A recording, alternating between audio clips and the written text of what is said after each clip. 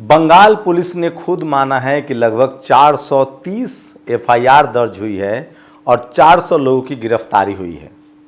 मतलब बंगाल में बीजेपी की जीत के बाद जमकर हिंसा हुई है। ये खबर देश को झकझोरने के लिए काफ़ी है। सवाल है कि जहां 2.5 लाख पैरामिलिट्री फोर्सेज अभी भी तैनात है, जिसकी कमान चुनाव आयोग के हाथ में है, वहां 450 के करीब एफआईआर होना, 400 लोगों की गिरफ्तारी होना क्या दिखाता है?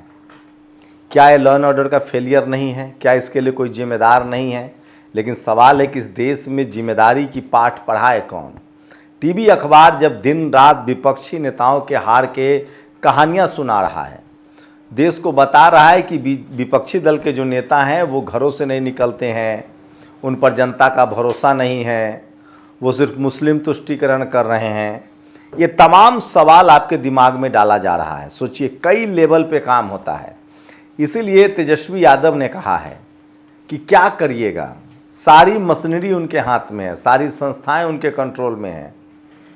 अखिलेश यादव ने वही कहा है कि जो वोट चोरी कर रहा है वो आरक्षण भी चोरी करेगा। लेकिन मुझे इतना समझ में नहीं आता है कि बहुजन समाज के नेता मुद्दे पर बात क्यों नहीं करते हैं।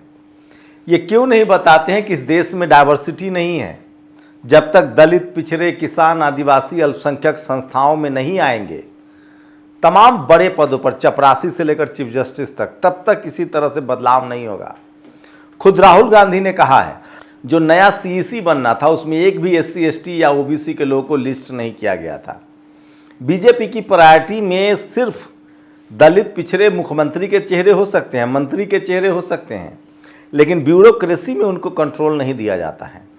जो पार्टी के आए हुए दलित, पिछड़े हैं, उनको उनकी मजबूरी है क्योंकि उनको फिर 5 साल पर चुनाव लड़ना है, वो पार्टी के लिए प्रतिबद्ध हैं, लेकिन ब्यूरोक्रेसी में उनको जगह नहीं मिलती है। सोचिए, उड़ीसा हाई कोर्ट में क्या हुआ। एक जज 50 ऐसे फैसले दे चुका था जिसमें वो आदिवासी, दलित और पिछड़ों को कहता था कि तुम जमानत मिल रही है, तुमको 2 महीना मंदिर की सफाई करनी है, हॉस्पिटल की सफाई करनी है या सड़क की सफाई करनी है, मतलब सफाई वाला काम।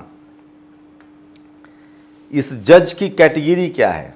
इसका इम्पीचमेंट क्यों नहीं? सुप्रीम कोर्ट क्यों फटकार ला के छोड़ देता है? क्या ये क्राइम नहीं है? लेकिन सवाल है कि इस देश में ये सारे सवाल पूछे ही नहीं जाते हैं। आज भी दुनिया की सबसे बड़ी पत्रकार ओफ्रा विनफ्रे जब किसी का इंटरव्यू करती हैं तो वो नस्ल भेद पर पहला सवाल करती हैं और आखिरी सवाल भी नस्ल भेद से खत्म करती हैं। सोचिए, क्योंकि वो नस्ल भेद की शिकार हैं। लेकिन सवाल है कि भारत में ये तमाम नेता क्यों नहीं सवाल करते हैं कि हाईकोर्ट, सुप्रीम कोर्ट में कितने दलित, पिछड़े जज हैं। आप जब भी कोई सवाल उठाते हैं चुनाव आयोग पर या वोट की चोरी पर तो कहता है कि आप कोर्ट चले जाइए। फिर कोर्ट में जाके आप क्या करेंगे? जो चुनाव आयोग में बैठे हैं, जो कोर्ट में बैठे हैं, जो चपरासी से लेकर चीफ जस्टिस तक बैठे हैं, वहां डाइवर्सिटी नहीं है। और अगर सब एक ही समाज के लोग सही फैसले कर सकते तो फिर रिजर्वेशन की जरूरत क्या है? फिर भागीदारी का सवाल क्या है? फिर पॉलिटिकल रिप्रेजेंटेशन क्यों है? खत्म कर दीजिए। फिर एससी, एसटी, ओबीसी के जो पॉलिटिकल रिप्रेजेंटेशन है उसको क्यों, उसकी जरूरत क्या है? इसीलिए तो उसकी जरूरत थी ना कि लोकसभा और राज्यसभा, विधानसभा और विधान परिषद में एससी, एसटी लोग होने चाहिए। इसीलिए तो रिजर्वेशन था कि चपरासी से लेकर चीफ जस्टिस तक के पदों पर भी सभी जाति और धर्म के लोगों का होना चाहिए। तो ये जब तक नहीं होगा तब तक चेक एंड बैलेंस नहीं बनेगा। भारत एक जाति प्रधान देश है, लेकिन इन सब मुद्दों पर कोई बात नहीं कर रहा है। वो खुलकर बोलना नहीं चाहते हैं, या उनकी सामाजिक या राजनीतिक समझ नहीं है, या फिर वो डर है। क्या हुआ दिल्ली हाई कोर्ट में? अरविंद केजरीवाल ने साफ कहा कि जो जज साहिबा आरएसएस के कार्यक्रम में जाती हैं, जिनका 2 बच्चा सरकारी जो सीबीआई के वकील है उनके यहाँ काम करता है, तो हमको नहीं मिलेगा न्याय। हिम्मत दिखाई, उन्होंने कहा कि आपको सजा देना है दे दीजिए, लेकिन मैं नहीं जाऊंगा आपके कोर्ट में। अब वो जज साहिबा जो है वो खुद 3 वकील रख रही हैं, कह रहे हैं कि नहीं उनके तरफ से वकील होगा। ये बड़ी खबर है, लेकिन इसकी कोई टीवी अखबार पर चर्चा नहीं हुई। इसी तरह से एक ओबीसी समुदाय के लोकेंद्र गुर्जर ने सुप्रीम कोर्ट में याचिका लगाई थी और कहा था कि ओबीसी के 27% रिजर्वेशन पर हमें जनरल जज नहीं चाहिए सुनवाई के लिए, हमें ओबीसी जज भी मत दीजिए, हमें अल्पसंख्यक या एससी, एसटी जज दे दीजिए। ये बड़ा सवाल है। सवाल है कि डाइवर्सिटी जरूरी है इस देश में। इस देश में आप जब तक डाइवर्सिटी नहीं होगी, चपरासी से लेकर चीफ जस्टिस तक, तब तक न्याय की जो धारणा है, अवधारणा है, उसको मजबूती नहीं मिलेगी। तो जिस सोच के लोग चुनाव आयोग में बैठे हैं, उसी सोच के लोग सुप्रीम कोर्ट में बैठे रहेंगे, हाई कोर्ट में बैठे रहेंगे, उसी सोच के लोग सारे पार्लियामेंट्री फोर्स को लीड करेंगे, तो न्याय कैसे मिलेगा? ये सारी बातें हैं जो कोई बात नहीं करना चाहता, इस पर कोई डिस्कोर्स नहीं है। लेकिन बाबा साहब होते तो ये डिस्कोर्स में रखते। बाबा साहब ने इसीलिए संविधान में रिप्रेजेंटेशन का सवाल उठाया है, इसलिए नेशनल जुडिशियल कमीशन बनना था। पैरामिलिट्री फोर्स में भी इसीलिए रिजर्वेशन है। तो मैं फिर कह रहा हूं कि इस देश में जब तक डाइवर्सिटी नहीं आएगी, मैं इसका गवाह बता रहा हूं। आप देखिए, जिस जाति के मुख्यमंत्री होते हैं उसी जाति के अधिकारियों का वर्चस्व होता है। थाना से लेके एसडीओ, बीडीओ, एसपी, डीएम, आप किसी भी राज्य में देख लीजिए। और ये हाल के सोचिए, इसी चुनाव में देखिए कि केंद्र सरकार, चुनाव आयोग को राज्य सरकार के कर्मचारियों पर भरोसा नहीं था, तभी तो केंद्र सरकार के कर्मचारियों को डिप्लॉय करने की बात कही गई। खुद चुनाव आयोग को कलकत्ता राज्य सरकार के पुलिस पर भरोसा नहीं था, तभी तो पार्लियामेंट्री फोर्स की तैनाती की गई। यह तो यहां भी दिखता है, या मैं झूठ बोल रहा हूं? यह फैक्ट है। लेकिन इस पर कोई बात नहीं कर रहा है। इस पर आप बात करेंगे तो आपको कटघरे में खड़ा कर दिया जाएगा। यह सच्चाई है कि इस देश में चपरासी से लेकर चीफ जस्टिस तक जब तक हर समाज के लोग नहीं होंगे, तब तक न्याय नहीं मिलेगा। वहां होने चाहिए लोग, दलित, पिछड़ा, किसान, आदिवासी, अल्पसंख्यक होने चाहिए, तभी इसी को रिप्रेजेंटेशन कहते हैं। तो ये तमाम सवाल हैं। सोचिए, बंगाल में, मैं फिर कह रहा हूं, बंगाल में हिंसा की बात खुद सरकार ने कबूल ली है। वहां के आला अधिकारी ने कहा है कि 400 के करीब एफआईआर हुए हैं, 400 लोग अरेस्ट किए गए हैं। मैं इस देश के तमाम दलित, पिछड़े, किसान, आदिवासी, अल्पसंख्यकों से कहना चाहता हूं, किसी भी पॉलिटिकल पार्टी का कठपुतली मत बनिए, हिंसा में शामिल नहीं होइए, चाहे जातीय हिंसा हो या धार्मिक हिंसा हो। आप देख रहे हैं, कोई भी आईएएस, आईपीएस का बच्चा इसमें तलवार लेके नाच रहा है। कोई भी एसपी, डीएम, कलेक्टर, जज साहब का बच्चा होगा जो इसमें हासन हुसन करता होगा, तलवार लेके नाचता होगा, झंडे जला रहा है, पोस्टर जला रहा है, मारपीट कर रहा है। ये सब ज़्यादातर middle class, lower middle class और गरीब लोगों के बच्चे हैं। इनका इस्तेमाल होता है इसी तरह से, इसीलिए इनको स्कूल कॉलेज से दूर रखा गया। इनको पॉलिटिकल, मतलब एक पॉलिटिकल टूल बना दिया गया है। और ये काम इस देश के तमाम दलित, पिछड़े, किसान, आदिवासी, अल्पसंख्यक नेताओं को करना चाहिए। आप लोग को समझाइए कि आपके बच्चों का भविष्य कहाँ है। और सोचिए, अब तो समय ही हो गया है कि राजनीति में इतना पैसाकरण हो गया है कि गरीब, दलित, पिछड़े, किसान, आदिवासी, अल्पसंख्यक के बच्चे राजनीति में भी नहीं जा सकते हैं। उनके हिस्से में सिर्फ लाचारी, बेबसी और गरीबी आएगी, इससे ज़्यादा कुछ नहीं आएगा। इस देश में इन तमाम मुद्दों पर नए, जो खासकर जो पॉलिटिकल पार्टी के नेता हैं, उनको बात करनी चाहिए, चाहे वो सोशल जस्टिस की बात हो, सामाजिक न्याय की बात हो।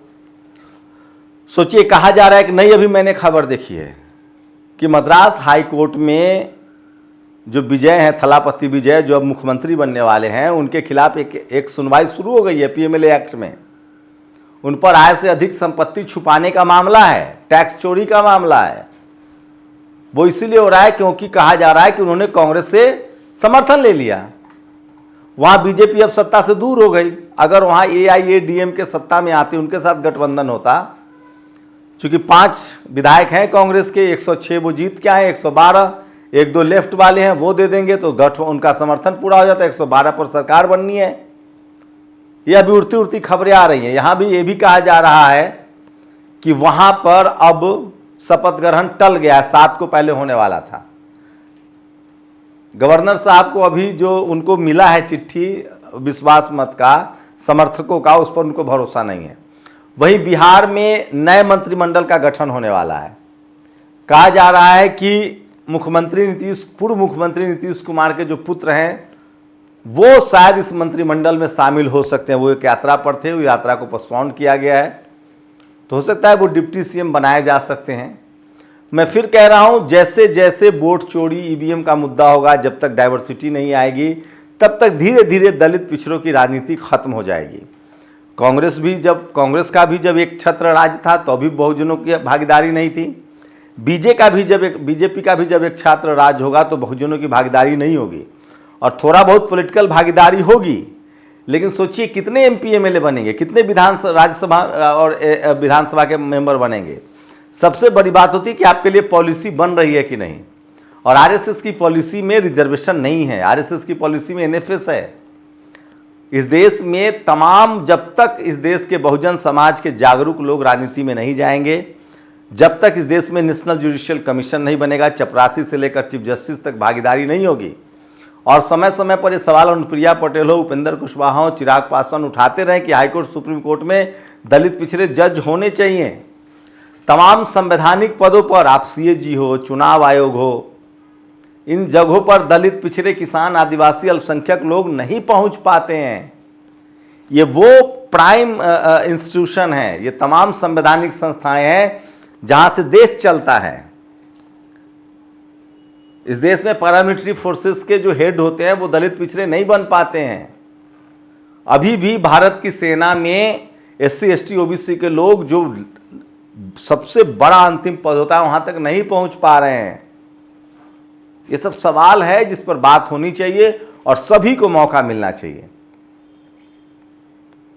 ये देश में जब सब लोगों को बराबर का मौका मिलेगा, बराबर की भागीदारी मिलेगी, तो और मजबूत होगा देश और लोकतंत्र। और यही संविधान की आत्मा में है, डाइवर्सिटी। जो जाति के नाम पर जो लोग छूट गए हैं पीछे, जिनको रखा गया, उनको मौका मिलना चाहिए। ये सब बड़े सवाल है और इसके सारे ताले राजनीतिक चाबी से खुलने थे। लेकिन अब राजनीति में भी दलित पिछड़ों के संख्या कम हो रहे हैं और उनके जो नेता हैं उनकी इतनी राजनीतिक सामाजिक समझ भी नहीं है, और है तो वो इन सब मुद्दों पर डिस्कोर्स ही नहीं कर रहे हैं। सोचिए, तमाम कॉलेज यूनिवर्सिटी में जो डॉक्टर हैं, इंजीनियर हैं, प्रोफेसर हैं, सब जगह एक डर का माहौल है। कोई बात करने के लिए तैयार ही नहीं रिप्रेजेंटेशन पर, भागीदारी पर। मुझे तो डर है कि अगर यही हालात रहें तो एक दिन जो बाबा साहब ने संवैधानिक रूप से दिया है वो सब कुछ कहीं खत्म ना हो जाए। सोचिएगा जरूर। शुक्रिया।